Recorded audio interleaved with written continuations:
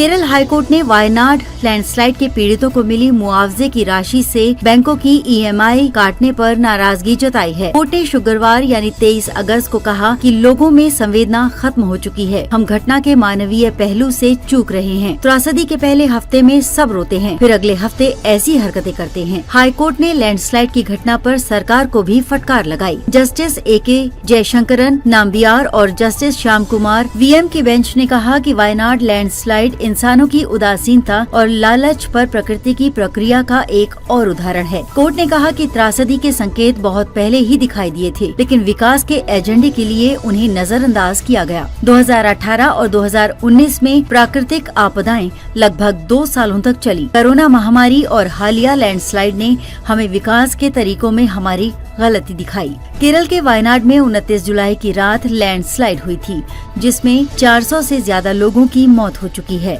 अब भी 138 से ज्यादा लोग लापता हैं। केरल सरकार ने लैंडस्लाइड प्रभावित लोगों को फौरी राहत के तौर पर 10-10 हजार रुपए बैंक अकाउंट में डाले थे। लोगों का आरोप है कि केरल ग्रामीण बैंक उनके अकाउंट से लोन की EMI काट रहा है। कुछ दिन पहले कलपेटा में लोगों और राजनीतिक दलों ने बैंक के सामने प्रदर्शन भी किया था। बैंक अधिकारियों ने प्रदर्शनकारियों को लिखित में कहा कि वे अब और लोन की EMI नहीं काटेंगे। इस बीच हाईकोर्ट ने लैंडस्लाइड पीड़ितों के राहत उपायों की निगरानी के लिए त्रासदी पर खुद संज्ञान लिया। 23 अगस्त को इसी मामले पर सुनवाई हुई। कोर्ट ने राज्य सरकार से पूछा कि कितने लोगों के साथ ऐसा हुआ है। अगर ऐसा हो रहा है तो हम मामले में दखल देंगे। हाईकोर्ट ने कहा कि अदालत प्राकृतिक संसाधनों के दोहन, पर्यावरण, वनों और वन्य जीवों के संरक्षण, प्राकृतिक आपदाओं की रोकथाम और उनके मैनेजमेंट के लिए राज्य सरकार की मौजूदा नीतियों का जायजा भी लेगी। कोर्ट ने इसके लिए 3 स्टेज तय किए हैं। कोर्ट प्राकृतिक आपदाओं को रोकने के लिए वैज्ञानिक उपायों पर इनपुट जमा करेगा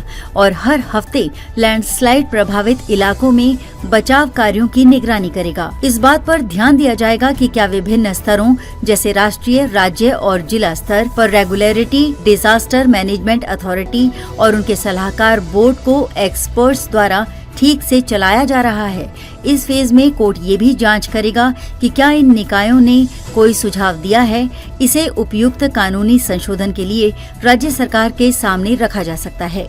प्राकृतिक आपदाओं को रोकने या निपटने के लिए ऐसे उपायों को लागू किया जाएगा। इस फेज में कोर्ट तय करेगा कि किसी भी क्षेत्र में इकोलॉजी को प्रभावित करने वाले किसी भी फैसले से पहले लोगों की राय ली जाए। केरल के CM P विजयन ने भी स्टेट लेवल बैंकर्स कमेटी की बैठक के दौरान EMI काटे जाने पर नाराजगी जताई।